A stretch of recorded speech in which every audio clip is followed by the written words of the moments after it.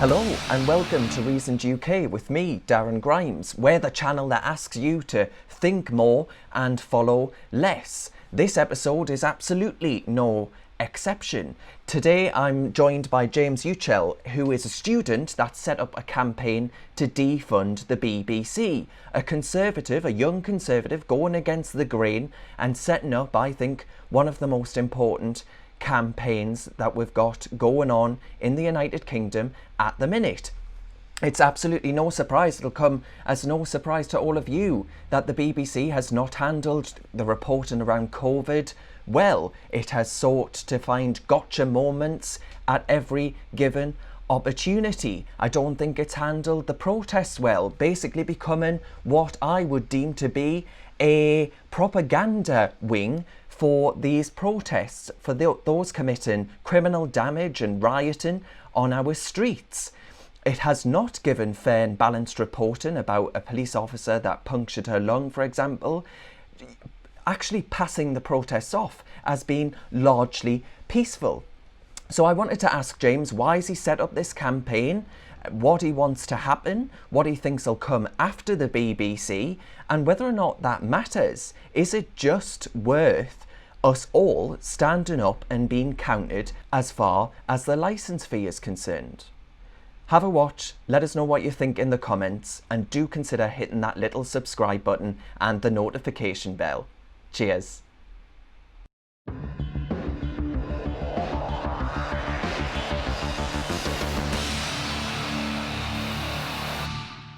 James, could you give us a brief outline of who you are, how old you are, and what it is that you do? Okay, well, I'm James Yucel. I'm 18 years old. I'm a first-year student at the University of Glasgow, studying an MA in history. I'm currently treasurer for the Glasgow University Conservatives. I'm a Conservative member. I voted for Boris. And in the last few days, I founded a campaign called Defund the BBC. And some hours since, I think we've just about to hit 60,000 followers. Mm-hmm. So amazing. Obviously, this came as a big shock to me to see so many big names using the tag, like yourself, Lawrence Fox, Douglas Carswell, Kate Hoey. It's been quite a wild ride these past few days. Why did you actually set up the campaign? What was the thinking behind it? Because you're right, the response has been absolutely phenomenal with almost 60,000 followers in just a few days. Yeah, so as I've said before, I really created this campaign out of frustration, completely on a whim. I never expected it to grow the way it did, but at the same time, I'm glad it feels the same way. I think really when we look at the underlying reasons as to why I founded this campaign, I think you can tell, as many as other people who've seen your video yesterday, that this has been a growing thing. This hasn't been just an immediate thing. This tension has been bubbling among the British public for months now. I think months is even an understatement, for years now, where the BBC have been imposing their values onto the British public. And sadly, I don't think the British public shares the same values as the BBC. Why do you think the BBC's response has been so bad? I mean, given the sort of the strength of the response to your campaign, is this just down to their reporting around COVID? Is this down to their reporting of events, the protests and the violence and the criminal damage over recent days? What do you think explains it? So, well, the BBC will regularly refuse to introduce guests with their political background, which means anyone can make their way onto the broadcaster and present themselves as a figure of moral authority and impartiality. We've seen this many times now, where a Labour or a Momentum activist have gone on BBC and presented themselves as completely impartial. For example, Dr. Sonia Adesara is a former Labour candidate and Corbyn activist. Also, I think another one was Nurse Libby Nolan, who was a Unison union worker who called for Hancock to be sacked at a Corbyn rally. And these two people were key voices in the BBC Paranorma PPE investigation. Right. So obviously, that is a big thing. I also think it's a combination of issues, really, isn't it? So BBC Radio Ulster's host, Nuala McKeever, I think it is, described Dominic Cummings on air as such a dick. So it's these kind of it's not even, I don't even think the word is regular anymore. I think it's relentless, isn't it? It's time and time again, and the BBC refused to listen. It's the case that the BBC is currently privileged in the proper sense of the word, in that it's exempt from usual competition laws that apply in the UK from state aid rules that apply because of our membership of the EU, which is obviously going, thank God. But it's also, it has a privileged source of funding. Now, if we move to talk about the funding, James, the BBC's income stream isn't dependent on its ability to satisfy we viewers. It's dependent on, you know, basically coercion, right? And that can't be right or just in the 21st century. Yeah, so you talk about dependency. I think that's a massive issue here. When we look at what comes after the BBC, when the license fee, and I'm going to be confident here, inevitably gets scrapped, see, I'll happily suggest they adopt a Sky or a Netflix subscription model. But ultimately, it isn't my problem. My problem is Gary Lineker earning £1.75 million last year off the backs of minimum wage earners who are forced to pay the license fee to watch television. Yeah. So then what do you think will come after the BBC then?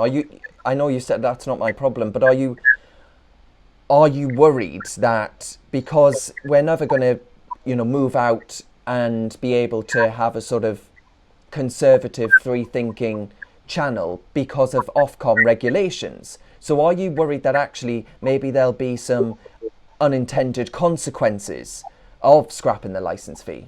No, I don't think so. I've spoken to someone about this. I do not think we will shift towards an Americanized nature in our broadcasting system. So, for example, in America, you have networks such as CNN, Fox, MSNBC, which will report the facts in a completely skewed way. Now, I'm calling for the exact opposite. I'm calling for impartiality.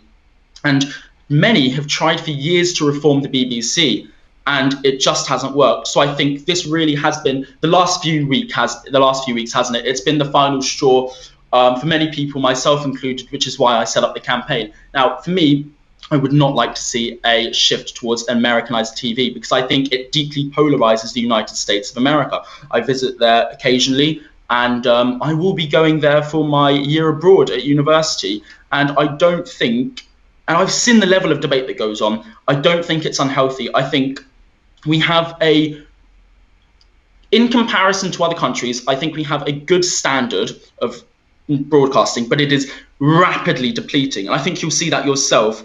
BBC, Channel 4, Sky News, you've got the Kay Burleys, the Andrew Marrs. Piers Morgan. Of course, Piers Morgan. I should mention ITV, of course. I think, obviously, Piers Morgan over the last few weeks has just gone a bit berserk, hasn't he? Like, I don't mean to be rude about him or anything. I do. Well, it seems to me as if he has most definitely jumped on a trend of perhaps rousing a rabble, you know? I mean, so you're not worried at all then? I mean, my ideal would be that we do have a conservative-minded outlet that gives us our news content and opinion, but that's never going to happen because of Ofcom, right? The marketplace is so heavily regulated that could just never happen. But if we defund the BBC, how do we know that there's not going to just be some liberal hellhole that's protected because the Quango state quite likes liberal hellholes? Well, because I think if we defund the BBC, then no one will watch BBC anymore.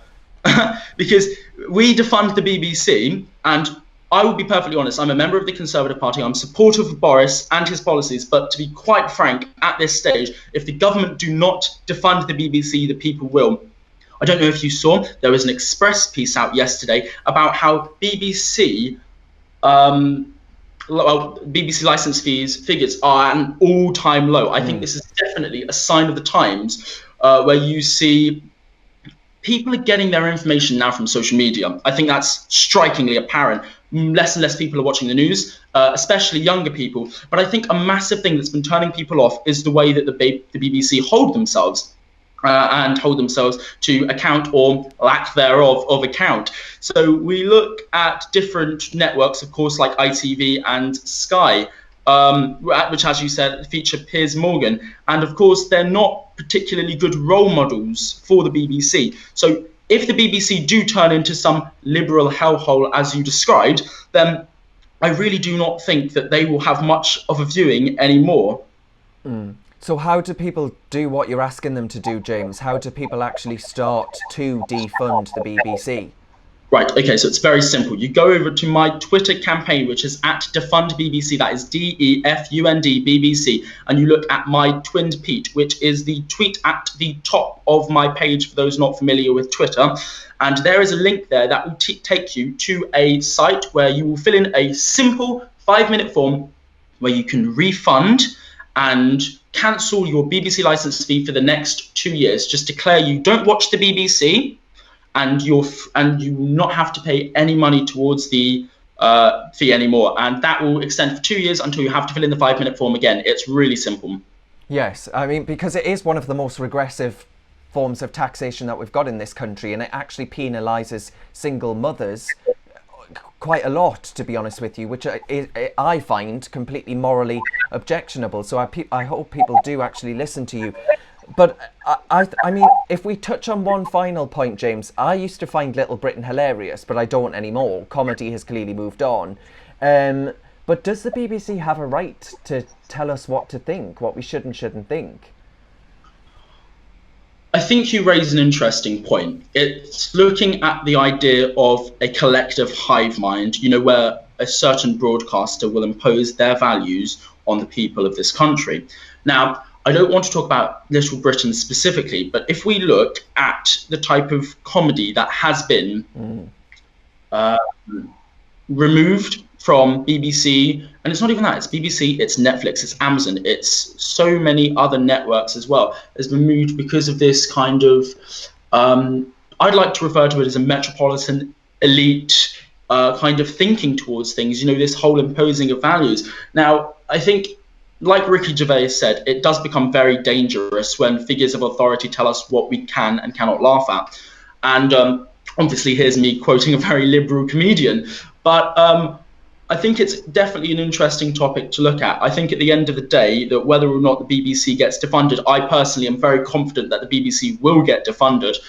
I think it will give us a new sense of freedom to laugh at what we want, to what we consider humour, and not what a bunch of private school educated. It's almost like you describe the BBC as the final frontier. As soon as the BBC falls, then all of these other groups start to become a lot less liberal focused.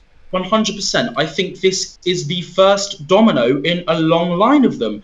Okay, so as I've said in an article I wrote recently, I think that the BBC realistically hinders good debate in this country. So I don't know if you saw a Douglas Carswell interview with The Sun a few months ago, I think it was in January, and Douglas spoke about how the BBC prevents politicians from actually getting their points across. They will constantly look for that gotcha moment, and they will interrupt politicians. And I'm sure yourself, you've been on BBC many times, I'm sure you will have experienced those relentless questioning of the gotcha moments. When in reality, if hosts, like we're doing right now, allow their guests to have long-form conversations, get their points across, I think the standard of politics will be improved drastically in this country.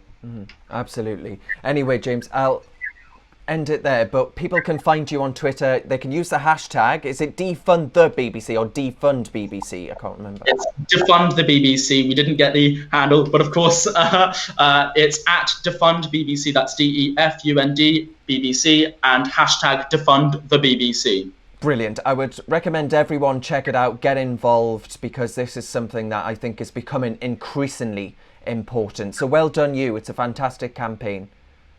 Thank you very much. Reasoned is a grassroots organisation that relies on support from people like yourself who want us to continue producing our free-thinking, high-quality content. You can rest assured whatever you donate, big or small, will be put back into ensuring we win the battle of ideas. Thank you for your support.